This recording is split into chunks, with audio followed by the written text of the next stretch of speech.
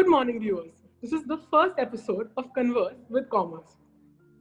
If you want to teach people a new way of thinking, don't bother trying to teach them. Instead, give them a tool, the use of which will lead to the new way of thinking. This quote makes so much sense in today's COVID world. Today, technology has become so integrated with our lives, touching every arena of the personal and professional. If one area remains untouched or rather less touched, that's not so anymore. The proliferation of digital technologies has ushered in sweeping changes in the educational landscape. Digital education is providing both teachers and students alike new opportunities to teach and learn, thereby ensuring a greater participation in the overall learning process. Digital learning in India is going to be the key phase of the future education in the subcontinent. Today, we gather here to discuss the future of digital education and how it is impacting our lives. It gives me immense pleasure to introduce our guest speaker today. She is the heart and soul of R.N. Podar School, the box of initiatives and our most enthusiastic supporter for any program. She is none other than our very own Director Principal, Avnita Bir ma'am. She has worked in the Indian education system for more than 30 years. She has been a member of the governing body of CBSE, the leading education board of the country. Passionate about children, education, economics, and technology, she has been able to combine all her interests into the professional life. She is the curator of LearnShip India, whose maiden conference was held in 2012 at Delhi. This and the subsequent chapters have focused on exchanging ideas on transforming Indian education. She is the recipient of the National Award for Teachers conferred by the Honorable President of India in the year 2009. She has also been honored by the President of Singapore for her contribution to education. More recently, she has been appointed as a member of the Advisory Board of Google for Education. There is no one else that comes to our mind when we have to talk about the future of digitized education. Ma'am has always been a keen proponent of amalgamation of education and technology. We have experienced this with our journey in R&N Podar, where learning is fused with internet and technology. Thank you so much, ma'am, for being present here, and we look forward to a very fruitful discussion ahead.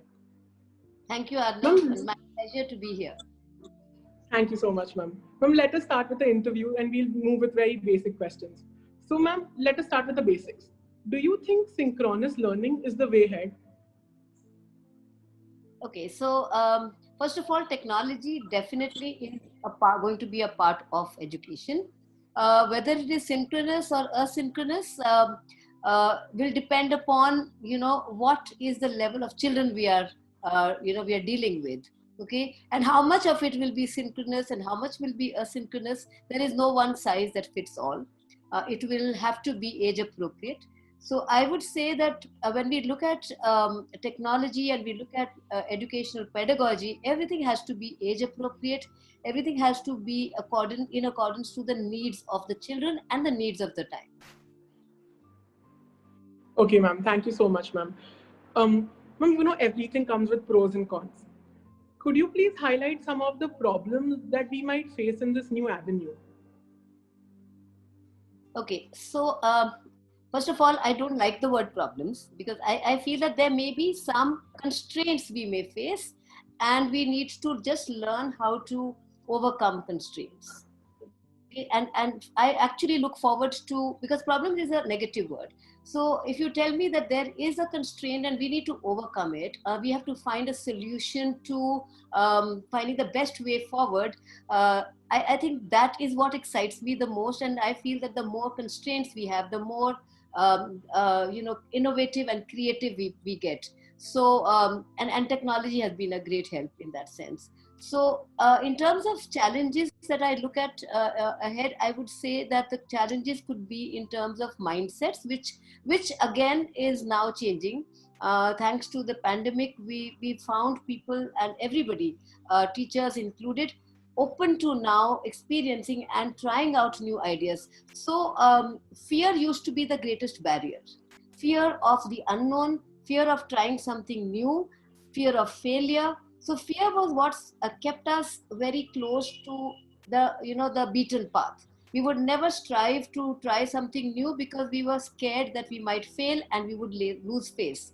So what has happened today is that people have gradually overcome that fear, and they have started to accept the fact that technology and education go hand in hand.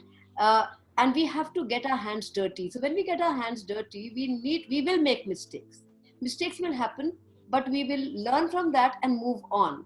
So this is this whole cycle of iteration and repeated iteration, creating prototypes, experimenting, trying new ideas. That is going to be the way forward. So there's going to be disruption, and when there's disruption, there's always this little bit of anxiety about the uncertainty of the outcome.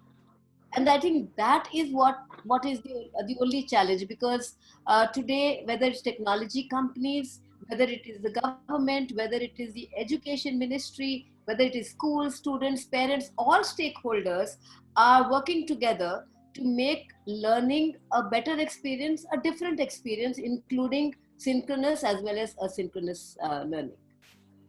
Thank you so much, ma'am. It's a great way to look at problems, to look at them as challenges and not as problems.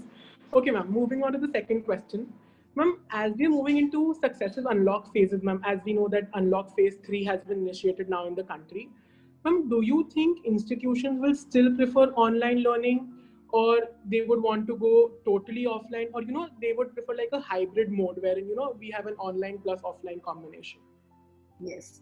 So I have always been a proponent of the hybrid model. In never just technology and never just offline. I feel that technology is an aid. And when I talk about technology, it is, you see, the problem with technology earlier was that people looked at it only as a frill, as something which would look good. Okay, so I use technology. I have computers, I have iPads in my school, I have smart boards in the classroom. So it was only devices. Whereas today, technology is actually a mindset. It's an attitude. Okay, so the attitude has changed. And I think going forward, I look at the hybrid model, the blended model as the way forward. There may be some children who would prefer to do an online course. There may be some children who want to feel the physical proximity of the teacher and the students and the classroom. And there could be, and again, there could be, and most likely, and the best one is where you do something offline and something online. So the flipped model that we were trying out earlier in our school is what I see as a good blend of both the offline and the online. Yes, ma'am. Right now, what you just said about students learning an online course, I just remembered, ma'am. So I'm very keen for economics. Okay, I want to pursue economics. So I was just I'm still continuing a course from Harvard University where they're teaching basics of macroeconomics, ma'am. Yeah. So, ma'am, do you think like this can happen like in the Indian education system, wherein universities like IIT and IIM, which are so good and which are so reputed, ma'am, they can start providing these online courses for foreign students, which are just mini courses at a very small price. Yes. And students can start learning from them, ma'am. Do you think this is like a future Absolutely. where we can head? Absolutely. So Okay, when ma'am. MIT did it and Harvard did it, Stanford, there is actually a Stanford online school, a full-fledged school, and it to get admission into that school is so difficult. So definitely, all the reputed institutions are going to explore the possibility of online. So definitely, distance and remote and online is on the agenda. Look at the national education policy, which is also talking about increasing the reach of all these reputed institutions. Also, the fact that you see, when you have the online model, then resources can be utilized optimally. When I say resources, I'm talking about teaching faculty, the expertise. So the new education policy is talking about sharing resources across borders. So sharing resources of faculty across institutions. So it is not necessary that a good professor is going to be tied to or married to only one school or one group of students. He can now spread his expertise with many more students across colleges across the country. So the possibilities today are manifold, and definitely all universities, disruption has come here, has become the order of the day today. So once you are used to, once you're accepted the fact that there's going to be disruption, then the boundaries and all the barriers in your mind vanish. So then you're not looking at it in a very, very straight-jacketed way of saying that, this teacher belongs to, or this faculty, or this professor is teaching only in this university. So there could be more freelancing. We're also moving towards, that economy, what is that thing called? I'm forgetting the word. I'll just get it. It is the where people are moving from one job to the other. Gig economy, yes. Okay, so in the gig economy. So when we're talking about gig economy for different sectors, why not education? So a person would maybe share his teaching with one institution, move to another institution. So freelancing, flexibility, freedom, all these are going to be, the new norms. Yes, ma'am. Great. So, ma'am, now see, as we're moving and, as people are starting to accept this digitization of education, digital life, basically. Ma'am, do you think new professions can emerge out of this, new jobs, maybe an increase in the number of workforce, ma'am? What are your views about that?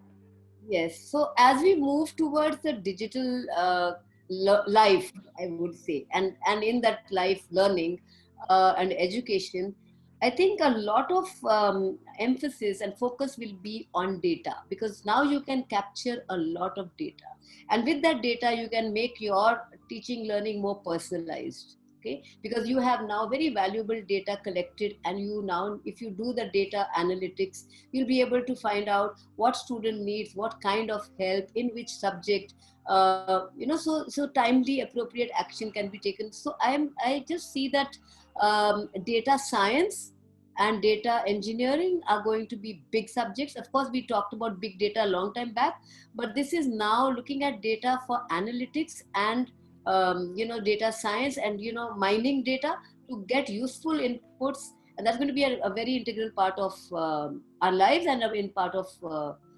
careers. Yes, ma'am, I agree.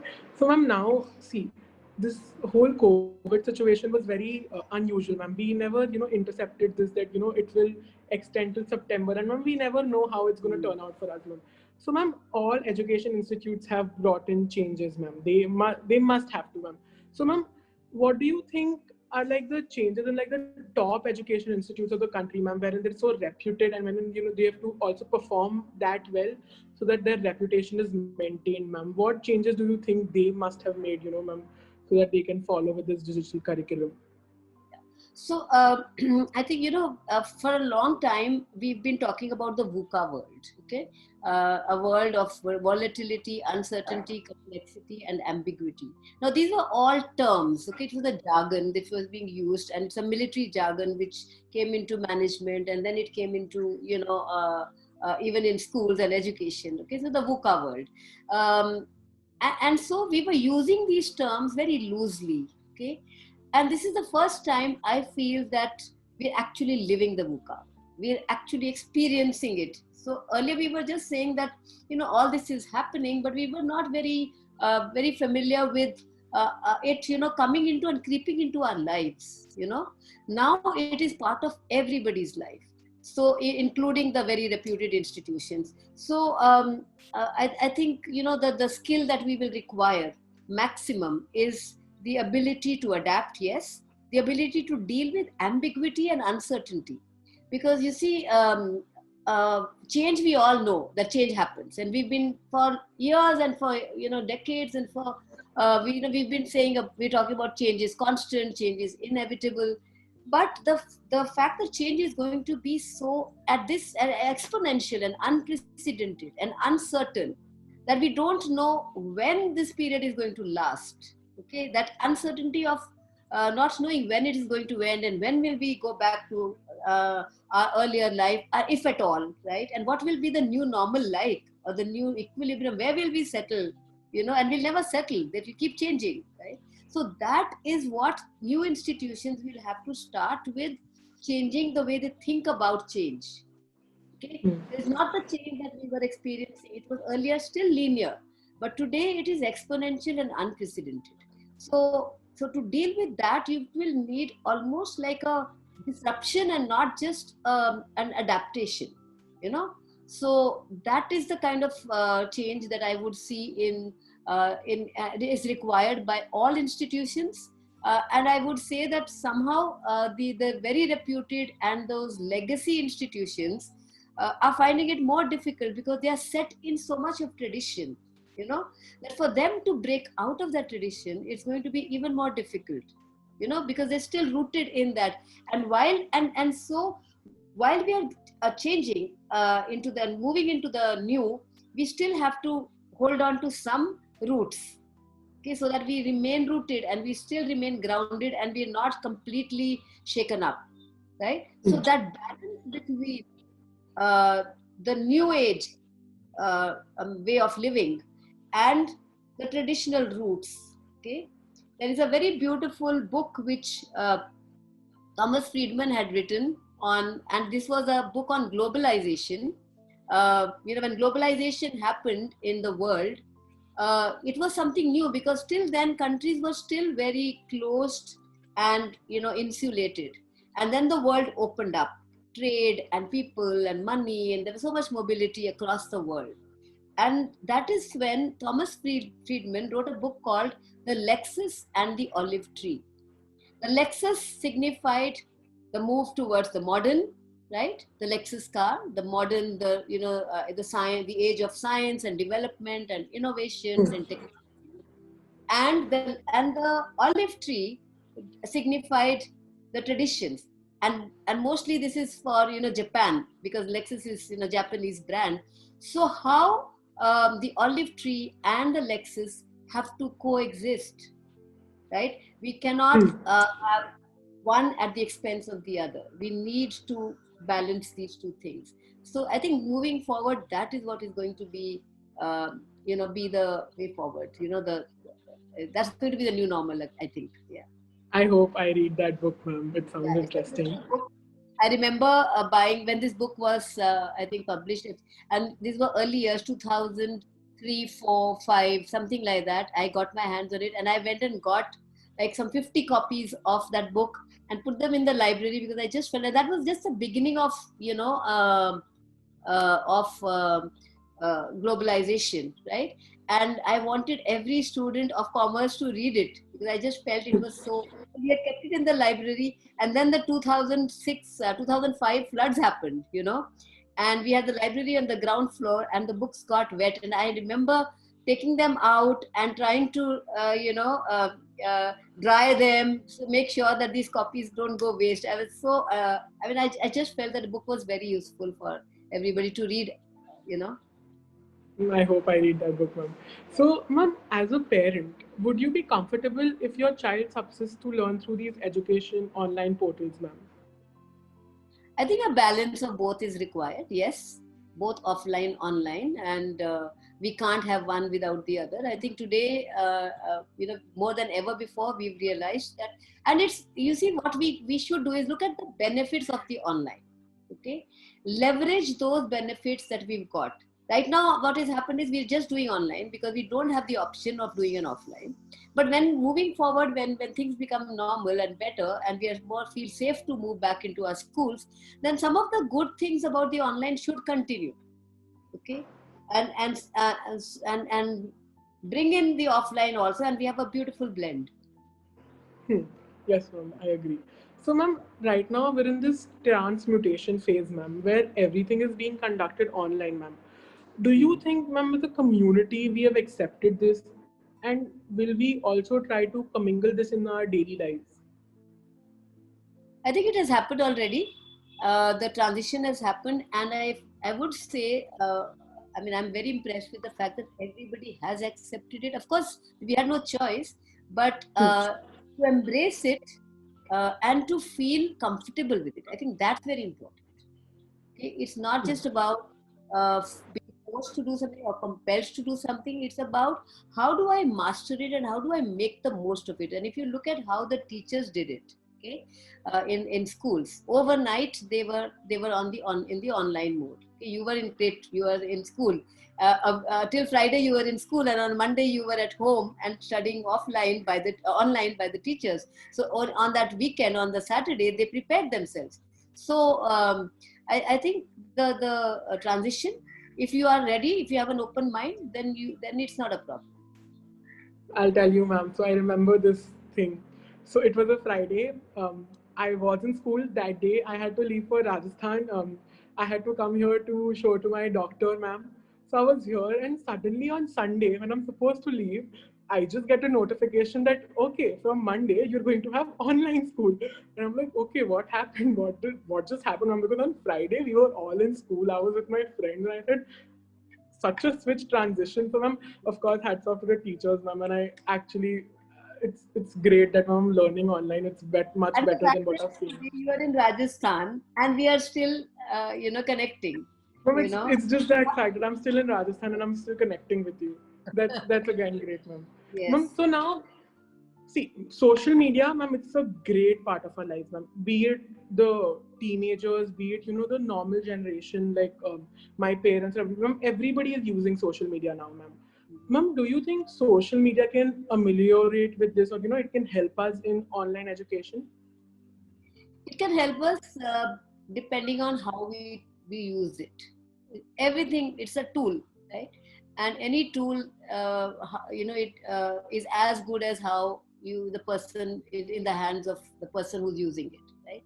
So if you use it the way we have used Facebook, and I'll give you an example of this is the year 2011, and I remember that we had to do some activity on Facebook before the children, grade 12 standard students, left school. And so it was actually a fun activity that we were going to do, and we had to create an app, and it was based on Facebook. Okay, and so we created the app, and for which the children had to join the a Facebook group, which we created, the school created. And then we found that once that activity was over, that Facebook group became actually a study group, and everybody had Facebook on their phones. I mean, it was at the fingertips. And during the board exams and in the preparation leave 1 month before the board exams, the amount of teaching learning that happened on that group, it was no longer just a social medium. So it was also about helping each other. If somebody's feeling low and somebody wants to talk to someone, that was happening. Conversations, chats were happening. And so much teachers were posting question papers, and students were asking their doubts. Real time learning was happening. Okay, now this is 2011. Imagine 9 years ago, where the children did not, especially in a city like Mumbai, did not have to commute all the way to school to get their doubts clarified. Anybody could. I mean, one student would post a question, a doubt, and some other students would answer. The teachers were there, the students were there. It became a beautiful study group. Okay, now it's a tool. You use it, how you use it. And after that, we realized that, and then it became the alumni group, because after they passed out of school, they're all connected on that group. So even if they're not actively, on Facebook, they know that if they go there, and I do that, every year on New Year's, I just go and wish them on that group. So for every batch, I have created a Facebook group. Okay. So what is happening, connect is with our children over the years and across the world. Has been established, and we never feel how do we connect with our kids. It's a great tool, man. So like today, let's take like a real life example. I have so many doubts, in be it maths or accounts. It's just a one Yes. picture click which I send to ma'am, and then she just calls me and answers it. It's a great Yes. help, but of course Absolutely. it depends on how we're using it. Yeah, how we use it. Yes. Okay, ma'am. Moving on to like the next question, ma'am. Ma'am, do you believe by the entire teaching fraternity will repose faith in the quality of online learning, and will want to incorporate the best practices of teaching, ma'am, and at the same time blurring the distinction between online and in person, and a closing of the perceived quality gap? Yeah, so I think right now, because we have no choice of doing an offline, interaction, so maybe there are some gaps. I'm not saying that this can completely substitute the classroom, the physical classroom. But having said that, I think going forward, the teachers would have experienced the best parts of the best practices. They've seen the best practices, and the fact that it has increased their possibilities so much. Okay, so the increased possibilities is what is where we're going to take forward. Okay, and so the teachers are also willing to do that. Okay, I mean, I know that it is not at the same pace in every school and with every teacher. Some are taking time, some are far ahead, but I also would also want to share that the amount of sharing that has happened among schools and among educators, it's been a great win. Teachers and educators always used to think that this is my lesson plan, this is my resource, I don't want to share it. Today it is being shared in Zoom sessions, webinars, the maximum webinars I have seen in the last 6 months, and all by educators. So there's so much sharing of best practices that is happening. So I just see a lot of good coming out of it. People are now not scared to or worried about, oh my God, it's my idea and somebody's taken it. So there's sharing of ideas. Ideas are flowing freely. Best practices are flowing freely across the internet, and that's a big win, because you see, at the end of it, the children benefit. Yes, ma'am. Agreed. So, ma'am, how do you think this paradigm will shift the impact of the student-teacher interaction, the quality of education, and also, ma'am, the student life? Yeah. I think what is missing, and there is no two ways about it, is the physical activity that children are missing. Definitely, what learning and what value you get out of being on the sports ground, okay, or your recess time interactions, okay, or at the water cooler, the conversations, all that is missing. So definitely that is something that we cannot replace with technology, and that will affect the quality of student life, definitely. And I think the students in that sense are the hardest hit, because these were years where they, you physical growth is as important as your mental growth, your emotional growth somehow we still can manage. We can connect one to one, and social media helps, but the physical growth of a child has definitely taken a beating, and that is something that we would want to never kind of compromise on. So that I think is a big quality gap. If you ask me, that's the biggest quality gap. Then the fact that we have especially when I look at a large class and I'm addressing children and I can't see their faces, I just see those colorful bubbles. That really hurts me, because I can't really see. Because for us, especially in our school, because we feel we need to know the pulse of our children, and that feeling of the pulse comes from looking at your faces, and when there are large groups, we're not able to do that. But we found a way out of that too. We said, okay, we'll do some large groups and we'll do some small groups, so that we still connect with our kids.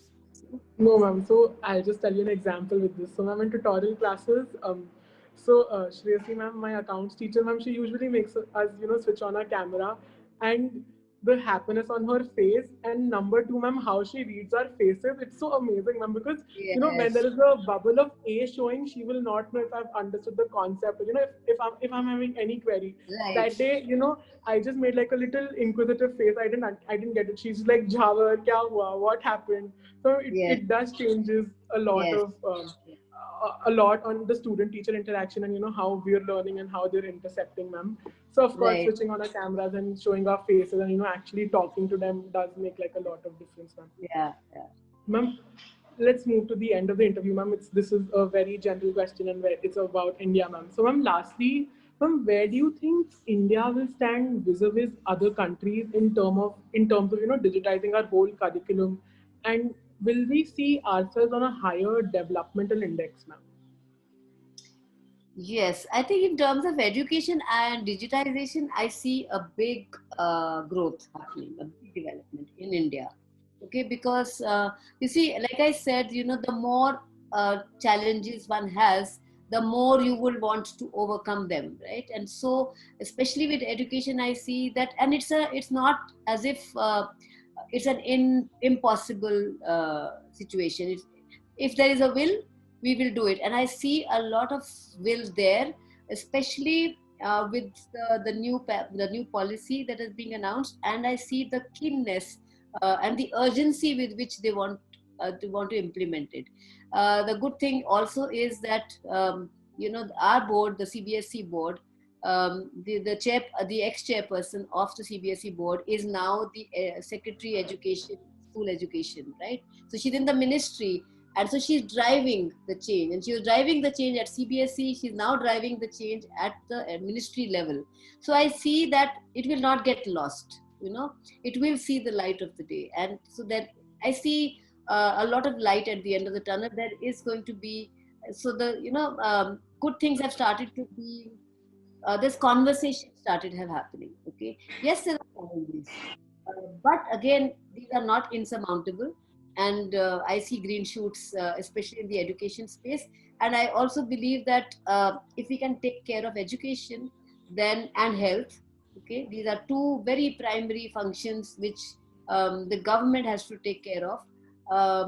I just see that, I feel that with education, everything will fall into place. If people are educated, they will have a better government, they will have better, development, and so we will move in the right direction.